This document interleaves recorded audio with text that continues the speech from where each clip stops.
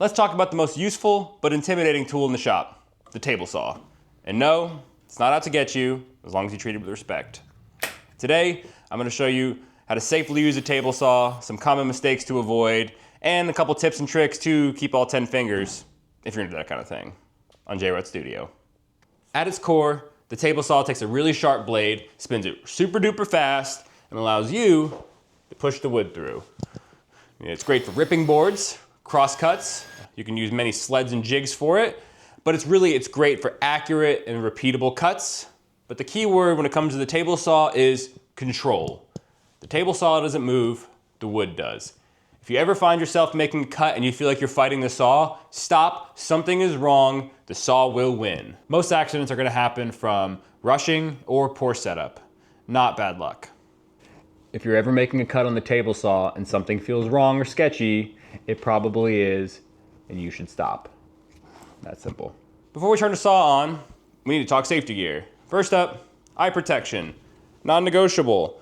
You got sawdust and debris and all kinds of stuff flying at your face. Probably not a good time to lose your vision when your hands are right next to a spinning blade. So, eye protection, check. Ear protection. These things are loud, especially when paired with a dust collector. I've got tinnitus from my time in the Army, and I know that my hearing is not getting any better, so muff up. No gloves.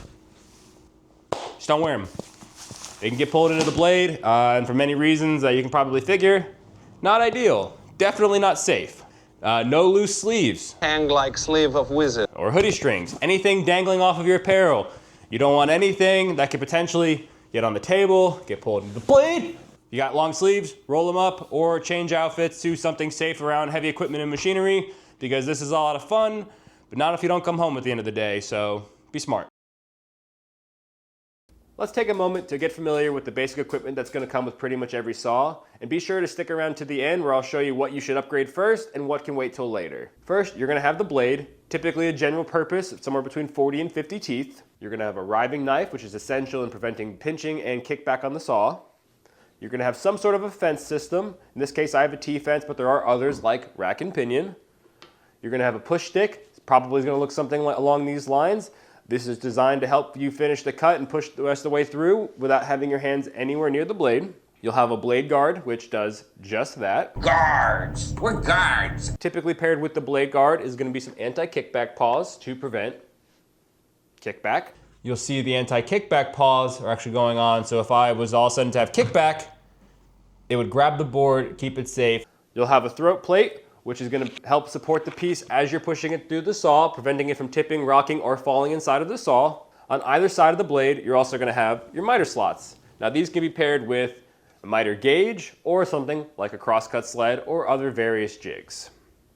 Blade height is another key component to table saw safety. Blade's not high enough, it's not going to make a good cut. It can also cause a little more kickback.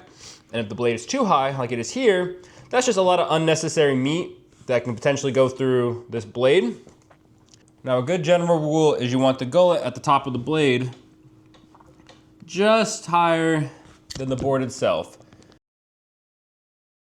The fence is a key part to a table saw's safety and its accuracy. It provides you a straight, square reference that lets you cut material to a desired width called rip cut. When setting your table saw fence, it's important to verify that it's the same distance at the front of the blade as it is the back of the blade. Always be sure to lock your fence down and confirm that it's parallel to the blade. A crooked fence is one of the fastest ways to cause kickback and injuries. Now to safely utilize the table saw fence, we need to remember 3 directions when making the cut. Down to the table saw surface, sideways to the table saw's fence, because that's going to be our reference edge, which also gives us our desired width, which we previously set up, and forward, pushing it through the blade as we cut. Now before we start ripping, we need to talk about PCP, or prime cutting position. Now when you're making a rip cut, you never want to stand directly behind the blade. If the object you're cutting is going to kick back, it is most likely going to kick back straight back and at a speed that you nor I can ever really react to, other than hopefully just to clear your hands and protect your face. Protect your face, ears, eyes, all that good stuff we talked about earlier, still applies. Now that we know all the equipment needed and the proper steps to take, let's put it all together.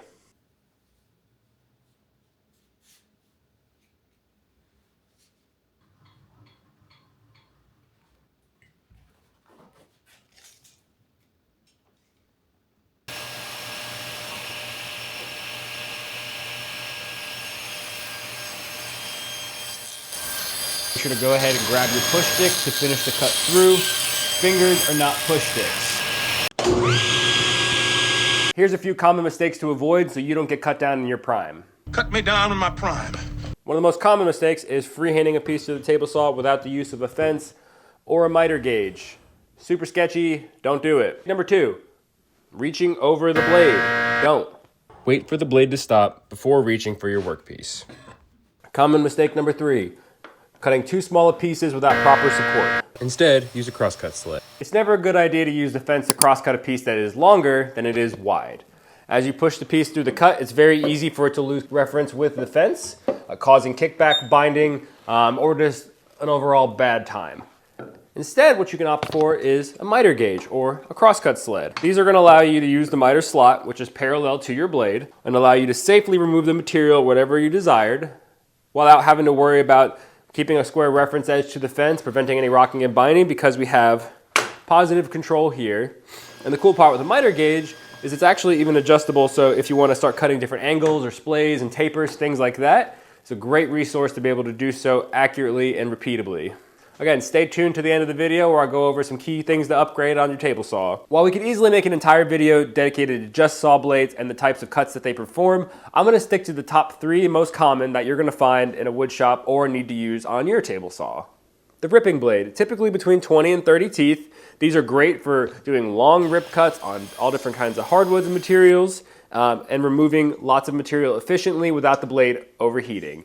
Second type of blade is going to be a general purpose blade, typically between 40 and 60 teeth. These are going to be the jack of all, the master of none.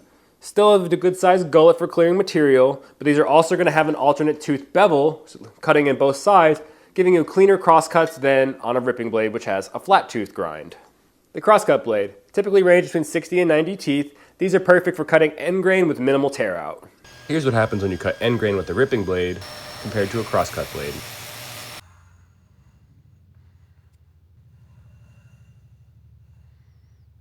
Here are the first 3 upgrades you should make to your table saw. One of the first things you should replace on your table saw would be the push stick. The ones that come with them are typically not very good. They're made from plastic and they have a little too much give in them. Instead, you can either opt to make one or purchase a commercially available one such as this. This was actually the very first push stick I ever made back when I was woodworking in my parents' shed. It still works today. It's just a little ugly, but what are you gonna do? What are you gonna do? A few years later, fellow maker and YouTuber Jay Bates was talking about this design push stick that he had been using for a while in his shop and how much he loved it, so I thought I'd give it a try. Now, about 3 years later and a couple new soles on it, I still reach for this thing pretty much every time I'm at my table saw. I'll look for that video and see if I can find it. If I can, I will leave it down below. If you don't feel like making your own push stick, you can also opt for something like the Micro Jig Gripper. I bought this one many years ago. Everybody swore by these online. I'm not the biggest fan. I'm a little indifferent. I've had good experiences. I've had bad experiences with them, but some people swear by them. So leave a comment down below which one you would go with. After the push stick, the miter gauge is one of the very first things you should be upgrading to get the most out of your saw. Every table saw is going to come with some sort of a miter gauge, and outside of general construction, these are not very good. Instead, opt for one designed with accuracy in mind. This is the Incra Miter 1000.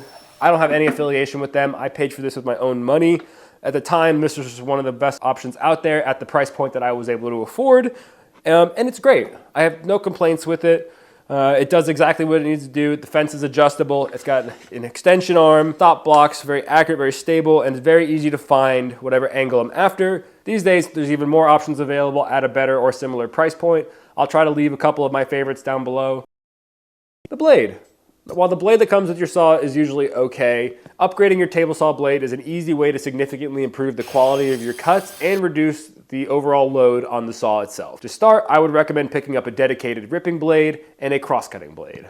If you found this video helpful, give it a like so more people can keep their fingers. If you have any comments or questions on things that I might not have gone over or you're still a little fuzzy on, leave them down below. And if you're not already, go ahead and subscribe for more ER-free woodworking. Thanks guys, and I'll see you next time.